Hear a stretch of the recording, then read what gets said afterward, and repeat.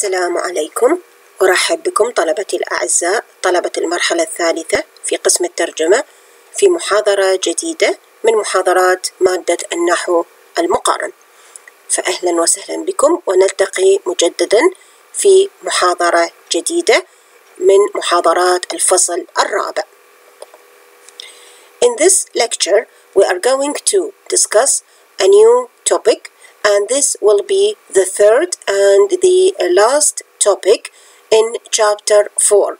This topic is entitled Sentence Types. So, after discussing sentence elements and patterns, and after discussing word order variation, and of course we have discussed these two topics in both languages, then we move to the other topic in this chapter, namely chapter 4. This topic, as I told you, is entitled Sentence Types. We will focus on the simple sentence. This means that the sentence which consists of a single independent clause.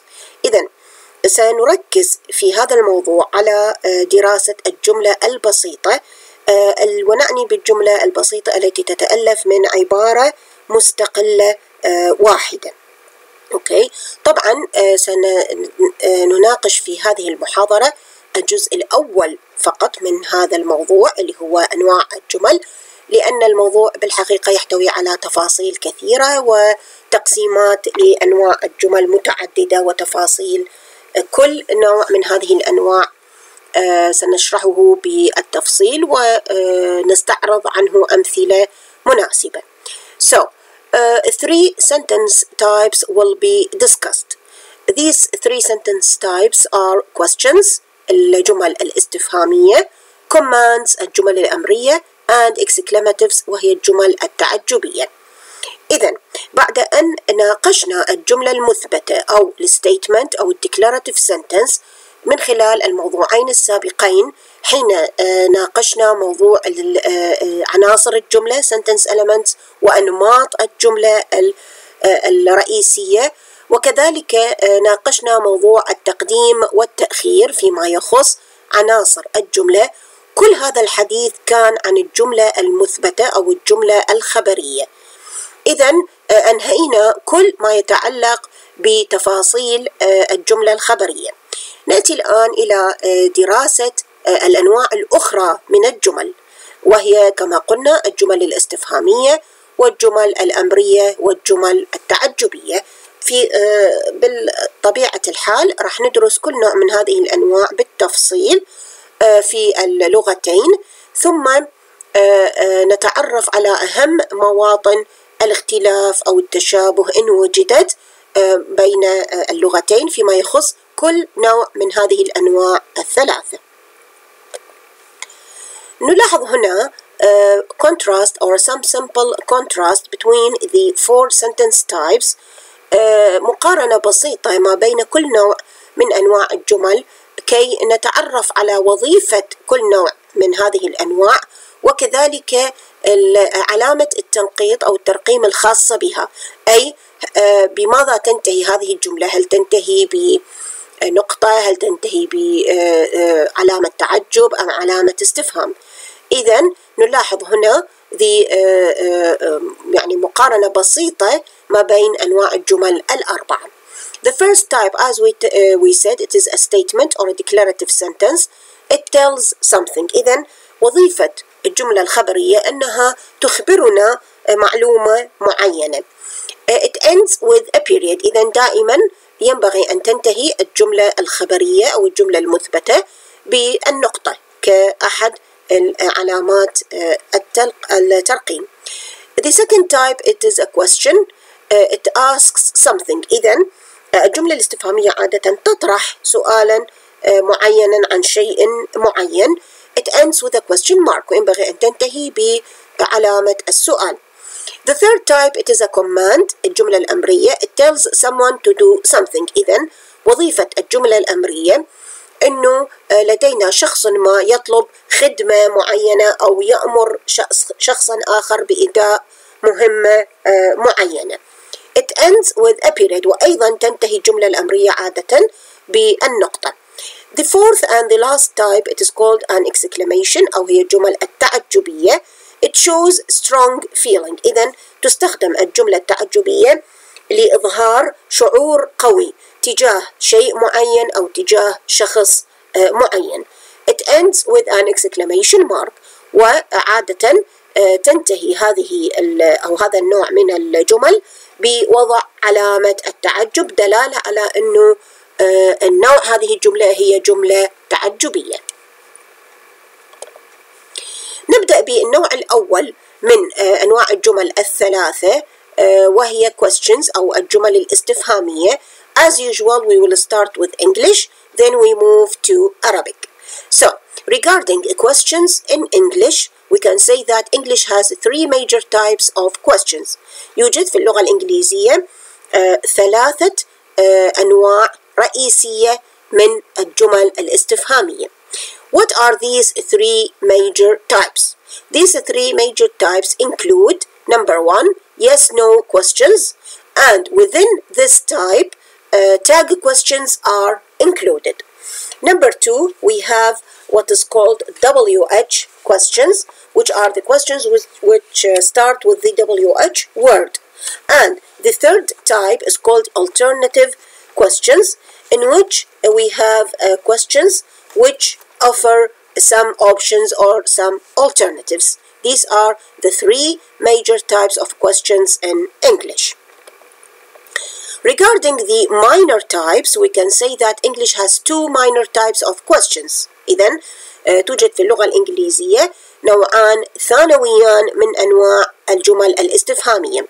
What are these two minor types? They are number one, exclamatory question, وهو السؤال التعجبي، وينبغي أن نركز هنا أو نعرف الفرق ما بين السؤال التعجبي وما بين الجملة التعجبية، لأن هنالك فرقا شاسعا بين الاثنين، وإن شاء الله سنشرح هذا الفارق بين هذين النوعين في المحاضرات القادمة بإذنه تعالى. As for the second minor type of questions, it is called rhetorical questions أو تسمى الأسئلة البلاغية. Now we will start with the first type of questions or the first type of major types of questions اللي هو called yes/no questions. This type of question expects a positive yes or a negative no answer. إذن في هذا النوع من الجمل الاستفهامية يكون الجواب إما بالإيجاب أو بالقبول باستخدام الجواب yes، أو يكون بالرفض أو الإنكار باستخدام الجواب no. Has a rising intonation. عادة ما يرافق هذا النوع من الجمل الاستفهامية أو من الأسئلة ارتفاع في طبقة الصوت أو في نبرة الصوت. This is called rising intonation. The subject must be preceded by a tensed auxiliary verb. ينبغي في هذا النوع من الجمل الاستفهامية أن يكون الفاعل مسبوقا بفعل مساعد، وهذا الفعل المساعد ينبغي أن يدل على زمن معين، وهو زمن الجملة الأصلية قبل تحويلها إلى جملة استفهامية. أوكي، هذا الفاعل ينبغي أن يكون مسبوقا كما قلنا بالفعل المساعد، وهذا الفعل المساعد ينبغي أن يدل على زمن معين، ونتعرف على زمن الفعل المساعد من خلال الجملة الأصلية قبل أن تتحول إلى yes/no question. This is the rule of how to make a yes/no question. Okay, to make a yes/no question, you have to start it with a helping verb. Either we call it helping verb or auxiliary verb. إذن لابد أول قاعدة نقوم بها من أجل أن نكون yes/no question هو أن نبدأ السؤال بفعل مساعد. help إذن راح تكون القاعدة كالتالي: helping verb plus subject plus main verb plus the rest of the sentence. إذن قاعدة yes/no question تقول نبدأ الجملة أو نبدأ السؤال بالفعل المساعد، ثم يتبعه الفاعل، ثم يتبعه الفعل الرئيسي للجملة، ثم يتبعه بقية عناصر الجملة إن كان هناك أي عناصر أخرى. Some helping verbs are بعض من الأفعال المساعدة التي قد تتواجد في هذا النوع من الأسئلة هي الفعل do، وإحنا نقول الفعل do يعني الفعل do بحالاته الثلاثة اللي هي do, does and did، وكذلك verb to be. وأيضا we have to choose the appropriate form of verb to be، يعني either we have to choose am, is, are, was or were. كذلك لدينا الفعل have بتصريفاته الثلاثة اللي هي has, have, had، أو قد يكون الفعل المساعد هو أحد الأفعال المساعدة الثانوية، أوكي، اللي هي modal auxiliaries، كان تكون can, could, will, would, shall, should, may, might. Okay, so the helping verb could be any one of these verbs. ممكن أن يكون الفعل المساعد أي واحد من هذه الأفعال. نلاحظ هنا مقارنة بسيطة ما بين ال question وال statement، ما بين الجملة الاستفهامية اللي نوعها yes no question وما بين الجملة الخبرية أو الجملة المثبتة الاعتيادية. For example, you can see here the rule said that in a question you have, for example, if the auxiliary verb is verb to be, then you have to start it with verb to be, then it is followed by the subject. For example, is Mark home? Are they bugs? إذا تلاحظون بدأنا السؤال بالفعل المساعد اللي هو is or are, then it is followed by the subject اللي هو Mark and they, then it is followed by what do we have or the rest of the sentence, for example, home and bugs. If we have a statement اللي هي الجملة الخبرية أو الجملة المثبتة الاعتيادية, the word order will be reversed. راح نلاحظ أنه التسلسل العناصر حيكون معكوس، أي أننا نبدأ الجملة بالفاعل ثم يتبعه الفعل، وقد يكون هذا فعل مساعد أو فعل الرئيسي في الجملة. For example, Mark is home. They are bugs. إذن Mark and they هو راح يكون في موقع الفاعل ونبدأ به الجملة الخبرية المثبتة ثم يتبعه الفعل ثم تكملة بقية الجملة. كذلك نلاحظ أنه ما يميز الquestion أو الجملة الاستفهامية هو وجود علامة السؤال في نهاية الجملة، أما ما يميز الستيتمنت أو الجملة الخبرية أو الجملة المثبتة الاعتيادية هو وجود النقطة في نهاية الجملة. كما نلاحظ أيضا تسلسل العناصر كما قلنا، إذا كان الفعل هو verb to be فيكون verb to be plus subject if we have a question, but it will be subject plus verb to be if we have a statement. As you can see here in this table, a number of yes-no questions with their answers. Okay, as you see here, for example, the yes-no question, is this your pencil? This is a yes-no question. نلاحظ إنه بدينا بالفعل المساعد اللي هو verb to be اللي هو is, then it is followed by subject اللي هو this in this example, then you have the rest of the sentence اللي هو your pencil. Now the answer to this type of questions، الجواب عن هذا النوع من الأسئلة اللي هو yes no questions يكون عادة جوابا قصيرا، فممكن أن نقول yes it is ويكون هذا الجواب كافي ومكتمل، أو ممكن أن أحيانا نضيف له إضافات أخرى للتأكيد على سبيل المثال فنقول yes it is, it's mine. أوكي، أو إذا كان الجواب بالنفي سنقول no it isn't ونكتفي بهذا القدر، أو ممكن أن نعطي معلومة إضافية أخرى ونقول no it isn't, it's hers. أوكي، is this his green pen؟ أيضا هذا مثال على yes no question، وأيضا تكون الجواب أيضا yes it is or no it isn't، وممكن أن نعطي معلومة إضافية. وكذلك الحال بالنسبة لبقية الأمثلة التي ترونها أمامكم، كلها أمثلة على yes no questions وعلى طريقة الإجابة عن هذا النوع من الأسئلة. as you see here, the rule says that if you want to create a yes no question، إذا تريد تكون yes no question، القاعدة تقول أنه ننقل موقع الفعل المساعد إلى بداية الجملة، أي أن الفعل المساعد تكون له الصدارة في الكلام في حال تحويل الجملة الخبرية إلى جملة استفهامية من نوع yes no question. For example, the teachers have treated us kindly.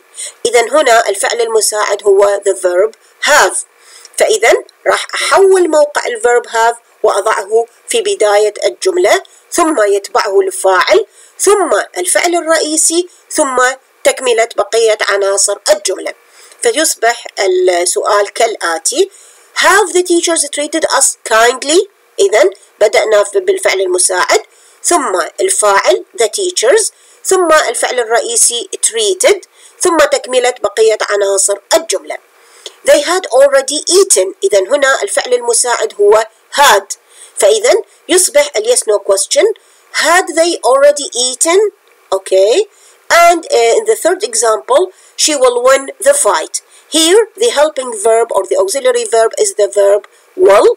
إذن نضع الverb will في مقدمة السؤال ونقول will she win the fight؟ ولا ننسى أن نضع علامة السؤال في نهاية الجملة، لأن هذه إحدى العلامات الدالة على أنه لدينا جملة استفهامية وليست جملة خبرية أو جملة أمرية أو جملة تعجبية، بل هي جملة استفهامية. Now, if we want to make a yes no question in the simple past في الماضي, so the rule says that we use the verb or the auxiliary verb did, which will be followed by the subject and by the base form of the verb. For example, did she finish college؟ إذن استخدمنا الفعل did كفعل مساعد نبدأ به السؤال، ثم يتبعه الفاعل اللي هو she، ثم يتبعه base form of the verb اللي هو the verb finish and the rest of the sentence. Or did her parents help her؟ أيضا هذا مثال على yes no question in the past باستخدام الفعل did اللي هو الفعل المساعد، ثم يتبعه الفاعل her parents، ثم يتبعه the base form of the verb، أي نرجع الفعل إلى مصدره أو إلى أصله أو نجرده من أي إضافات، فيصبح لدينا base form of the verb is the verb help and then the other words in the sentence اللي هو عندنا لدينا هنا كلمة her اللي هي جاءت في موقع المفعول به، وأيضا لابد أن نضع question mark في نهاية الجملة، فبذلك تتكون لدينا yes no question في الزمن الماضي. Now, declarative sentences with rising intonation have the same function as yes no questions. في بعض الأحيان تستخدم الجملة المثبتة أو الجملة الخبرية، ولكن هذه النوع من الجمل تنطق بنبرة صوت مرتفعة نسبيا، ونستخدمها نفس استخدام ال yes no questions. لا يكون الغرض منها أنه نحصل على معلومة محددة. They don't seek specific information but rather ask for denial or confirmation of the supposition expressed in the declarative sentence. إذن لا يكون الغرض منها الحصول على معلومة محددة، لكن تستخدم لغرض الإنكار أو لتأكيد الافتراض الموجود في الجملة الأصلية أو الجملة الخبرية. For example, he left early. أوكي، إذا نلاحظ إلى تسلسل الكلمات هنا نجد إنه الجملة بدأت بالفاعل ثم الفعل ثم تكملة بقية عناصر الجملة، أي إنه التسلسل يشير إلى أنها it is a statement, it is a declarative sentence، لكن نلاحظ وجود علامة الاستفهام في نهاية الجملة مما يدل على أنها ليست جملة خبرية اعتيادية، بل هي جملة خبرية لكن استخدمت كنوع من أنواع الجمل الاستفهامية ك yes no question، دائما حين تنطق هكذا نوع من الجمل الخبرية التي تستخدم كجملة استفهامية تنطق بنبرة صوت مرتفعة قليلا للدلالة على أنها جملة استفهامية وليست جملة خبرية. For example here من استخدمنا مثبت he left early كما تلاحظون it has a positive orientation، يعني كأنما نحن نريد أن نؤكد شيئا معين أو نحصل على تأكيد على فرضية موجودة في الجملة الأصلية. أو حين نقول he didn't leave أوكي هنا راح يكون negative orientation، يعني it has some negative orientation، يعني لها توجه يكون سلبي عادة، أي يعني كأنما نحن ننكر شيئا ما أو نود الحصول على أحد ينكر شيئا معينا باستخدام هكذا نوع من الجمل المثبتة ولكنها أو جمل خبرية لكنها بنفس الوقت استخدمت استخدام خاص من أجل أن نحقق غاية معينة. فإذا هذا نوع بالحقيقة نادر من الحالات التي يكون فيها yes no question ليس على الصيغة الطبيعية المعتادة عليها ولكن على صيغة جملة خبرية اعتيادية. So this is rarely used but it is found, it is there، يعني موجود في اللغة هكذا نوع من الجمل ولذلك ينبغي أن نتطرق إليه. Affirmative yes no questions are formed by a subject auxiliary inversion rule that places the auxiliary in initial position followed by the subject. As a matter of fact, regarding yes no questions we have two types. عندنا نوعين من ال yes no questions. أما أن يكون affirmative yes no question أي yes no question مثبت، أو أن يكون negative yes no question أي يكون yes no question لكنه منفي أو يحتوي على أداة نفي. فيما يخص ال affirmative yes no questions أو ال yes no questions التي تكون مثبتة، القاعدة التي تنطبق عليه هي أن نطبق قاعدة ما يسمى subject auxiliary inversion rule، أي أن نأتي بالفعل المساعد الذي يسبق الفاعل وبعد الفعل المساعد يأتي الفاعل ثم الفعل الرئيسي ثم تكملة بقية عناصر الجملة. For example, he has left. This is a statement or a declarative sentence. If we want to make a yes no question out of this statement, we have to move the verb اللي هو أو the auxiliary verb اللي هو has into the beginning. So it will be has he left. إذن تقدم الفعل المساعد على الفاعل وثم يتبع الفعل الرئيسي ونضع علامة السؤال. In the other example they have arrived early. أيضا في هذه الحالة لدينا الverb have هو الفعل المساعد فينبغي أن يتقدم على الفاعل. So we can say have they arrived early. إذن تكونت لدينا جملة استفهامية من نوع yes no question، ونوع هذا yes no question it is an affirmative yes no question. This is the rule which I talked about, which is called subject auxiliary inversion rule. To form a question in English, we reverse the position of the subject and the auxiliary. إذن نقلب مواقع أو موقعي الفاعل والفعل المساعد. It doesn't matter how long the subject is.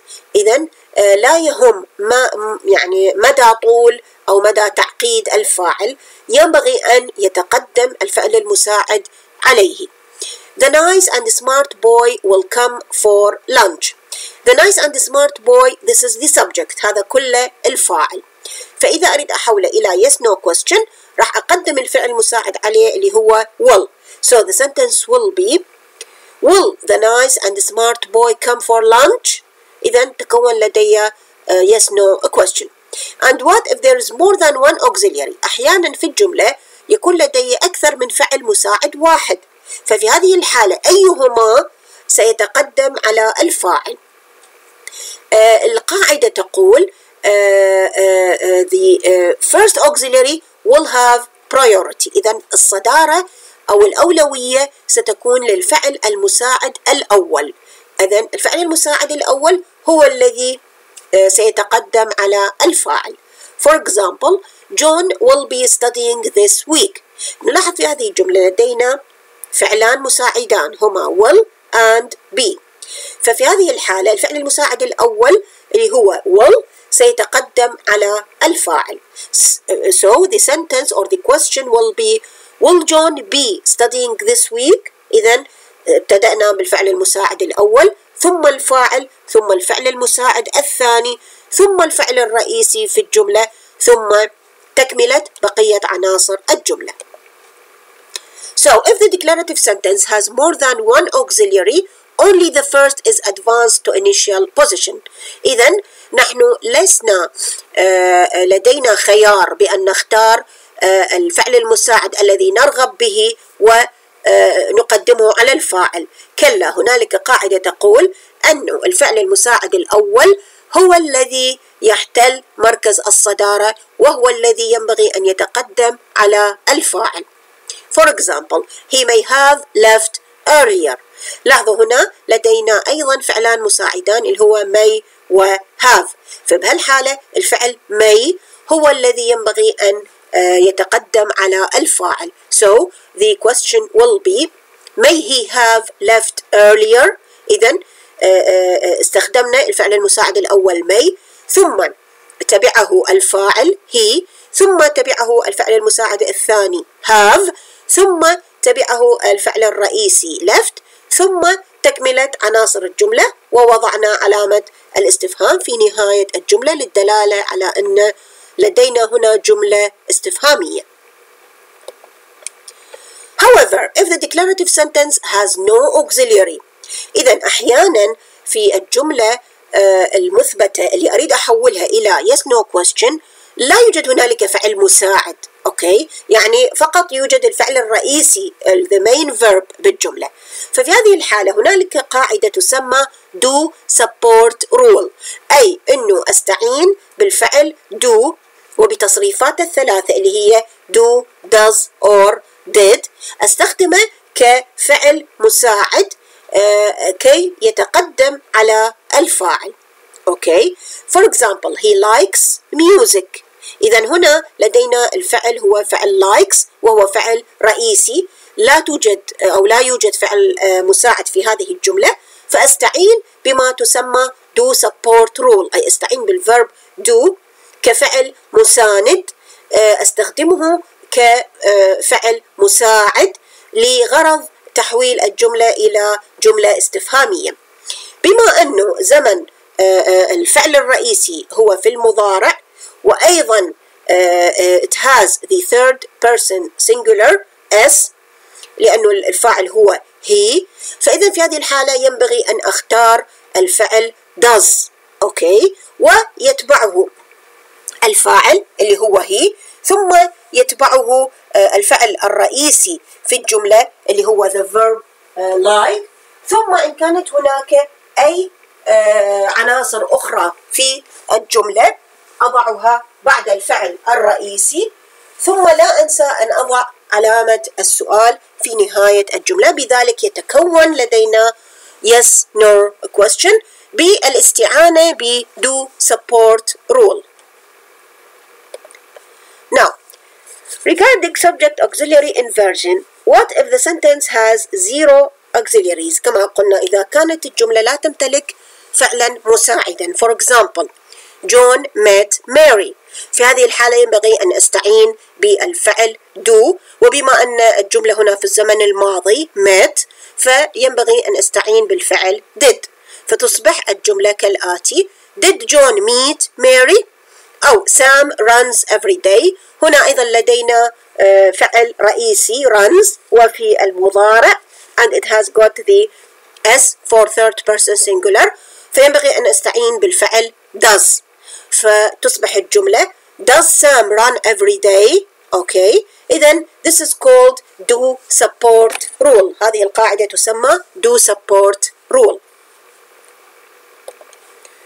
Negative yes-no questions, unlike affirmative ones, typically have negative expectation. إذا قلنا أن النوع الآخر من أنواع ال yes-no questions أن تكون منفية، أي باستخدام الأداة not من ضمن السؤال.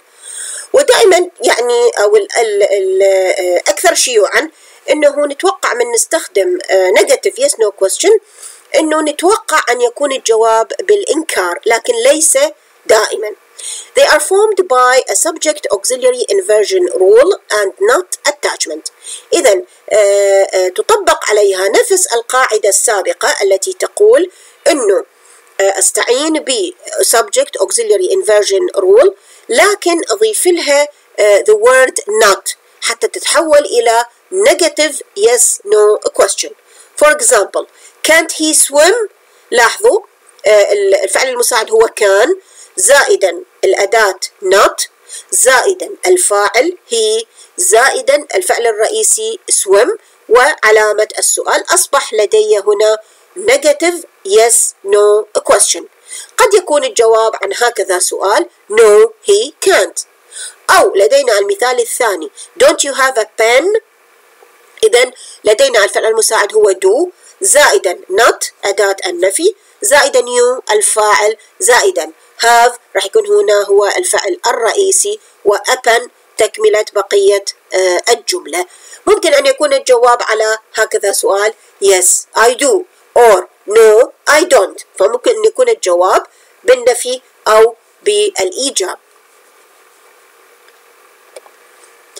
هنا أمثلة أخرى على استخدام negative yes no questions.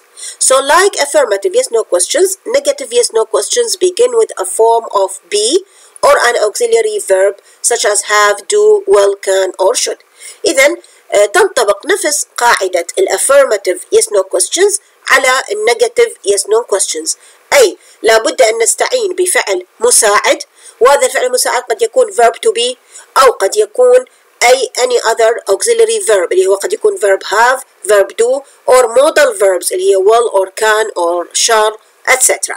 أوكي، لاحظوا هنا الأمثلة أمامنا كلها أمثلة على استخدام negative yes no questions. Haven't you had lunch yet؟ إذا هنا الفعل المساعد هو have ووضعنا أداة النفي not والفاعل وتكملة عناصر الجملة. Aren't sharks vegetarians؟ إذا الفعل المساعد هنا هو are والsharks هو زائدا طبعا الأداة not ثم الsharks هو الفاعل وتكملة بقية الجملة. Can't you swim somewhere else؟ إذا الفعل المساعد هنا هو كان زائدا الأداة not زائدا الفاعل you زائدا الفعل الرئيسي swim زائدا تكملة عناصر الجملة.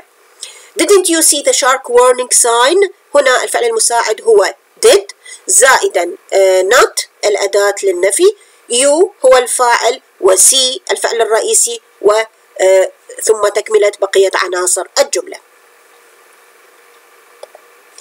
Tag questions. We have already stated that tag questions are included within yes-no questions، يعني الأسئلة الذيلية تعد من ضمن yes no questions باعتبارها هي أسئلة قصيرة. Tag questions consist of an auxiliary plus subject. إذا تتألف tag questions من فعل مساعد زائدا فاعل. They don't usually expect a response or an answer. لا نتوقع أن نحصل على إجابة من خلال استخدام tag questions. If the statement is positive, then the tag is negative and vice versa. إذا دائما تكون قاعدة التاج question إذا كانت الجملة الأصلية مثبتة يكون التاج question منفيا، وإذا كانت الجملة الأصلية منفية يكون التاج question مثبتا، أي دائما يكون التاج question عكس الجملة الأصلية. If the sentence has no auxiliary, do support is introduced. Again, if we don't have an auxiliary verb in the original sentence, in this case we have to use the do support rule. What is a question tags and what is it used for? A question tag is a short question at the end of a sentence using the following form. إذن السؤال الذيلي هو عبارة عن سؤال قصير جدا في نهاية الجملة باستخدام القاعدة التالية. First you have a sentence or a statement, then you have auxiliary verb plus subject plus question mark. إذن هاي هي قاعدة tag question. Why do we use tag questions, or what is the purpose behind using this type of questions? Number one, it is used for asking someone to agree with us. إذن نريد أن أحد آخر يشاطرنا الرأي أو يوافق أو يؤيد ما نود قوله أو ما نطرحه. For example, today is extremely hot, isn't it? يعني نريد أحد يشاركنا هذا الرأي أو يؤيد ما نود أن نطرحه. Checking if someone is true، أو حين نريد أن نتأكد إن كان شخص ما محقا أم مخطئا. أيضا ممكن ذلك من خلال استخدام التاج question. You are Dan's sister, aren't you؟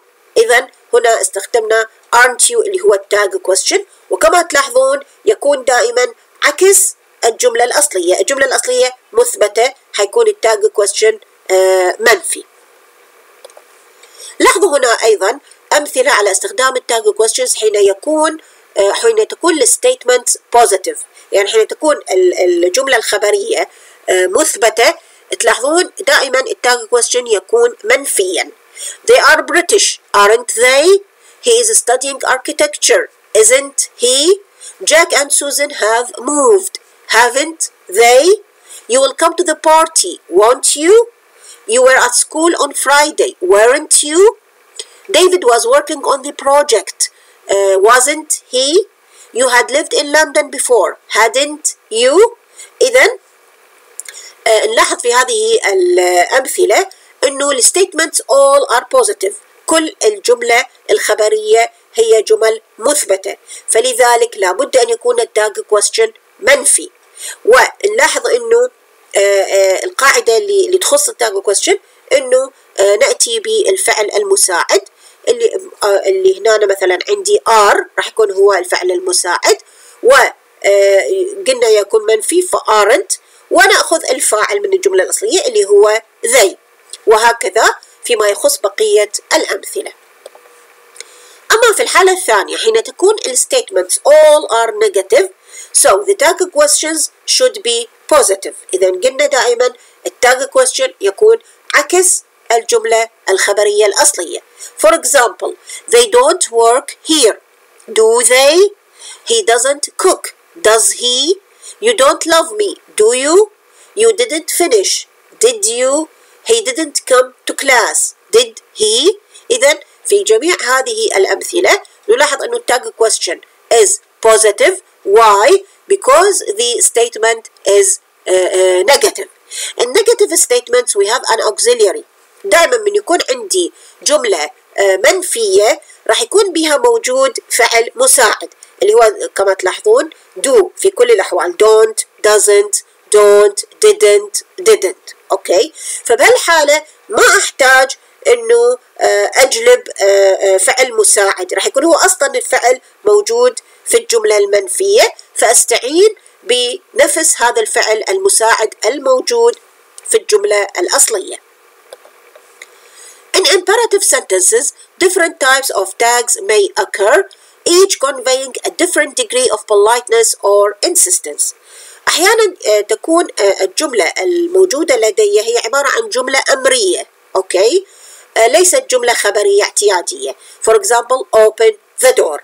إذا أريد أسوي لها tag question، فما هو الفعل اللي أستخدمه في هذه الحالة، أو شنو هو المودل شنو هو الauxiliary verb الفعل المساعد. In fact, I have an option to use many modal verbs. يعني عندي خيار إنه أستخدم عدة أفعال مساعدة اللي هي المودal verbs. ممكن أن أستخدم will or would or could or can't or won't etc. أوكي. لكن يعتمد اختيار المودal verb على درجة الاحترام. مثلا إن كنت أتكلم مع مثلا شخص أكبر مني سنا أو أعلى مني مقاما، فينبغي أن أختار المودل أو الأوكسيلياري اللي يعبر عن هذا الاحترام. اوكي اللي لا يدل على مثلا something obligatory مثلا should or must. هذه شوية تكون modal auxiliaries which has some which have some strong connotation يعني بيها معنى قوي نوعا ما. So I don't use these types of modals if I'm talking to someone older than me. okay لازم استخدم مثلا will or can. هذه تكون نوعا ما تدل على احترام اكثر. اوكي فاذا ان كانت الجملة امرية I have some options يعني لدي خيارات في استخدام المودال auxiliary الذي أرغب به اعتمادا على degree of politeness. For example don't leave will you. إذا استخدمنا هنا الفعل will المودال auxiliary. let's go shall we.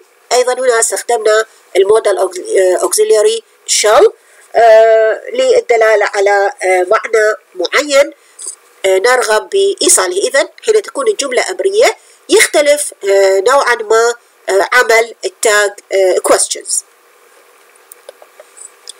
If the sentence has indefinite human singular pronouns such as somebody, nobody, everybody.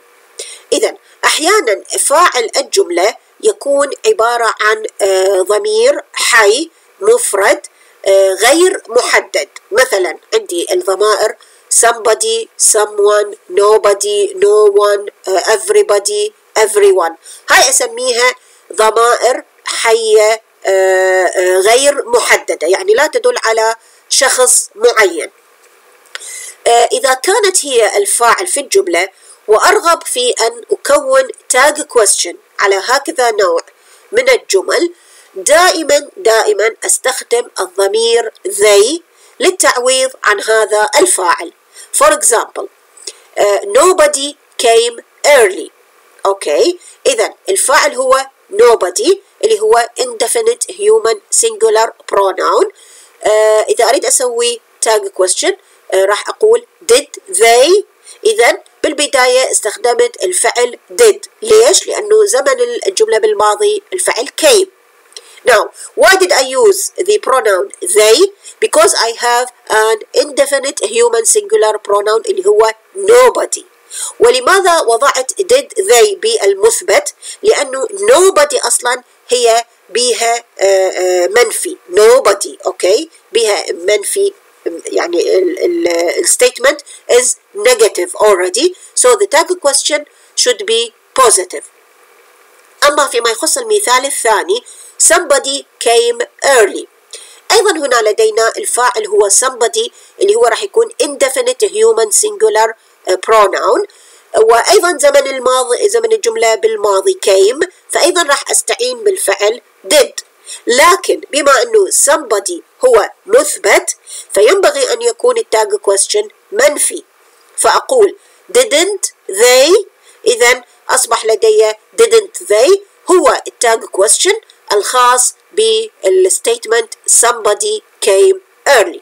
إذن هذه هي القاعدة التي تخص الضمائر الحية التي تكون غير محددة باستخدام الضمير they للتعويض عن هكذا نوع من الضمائر.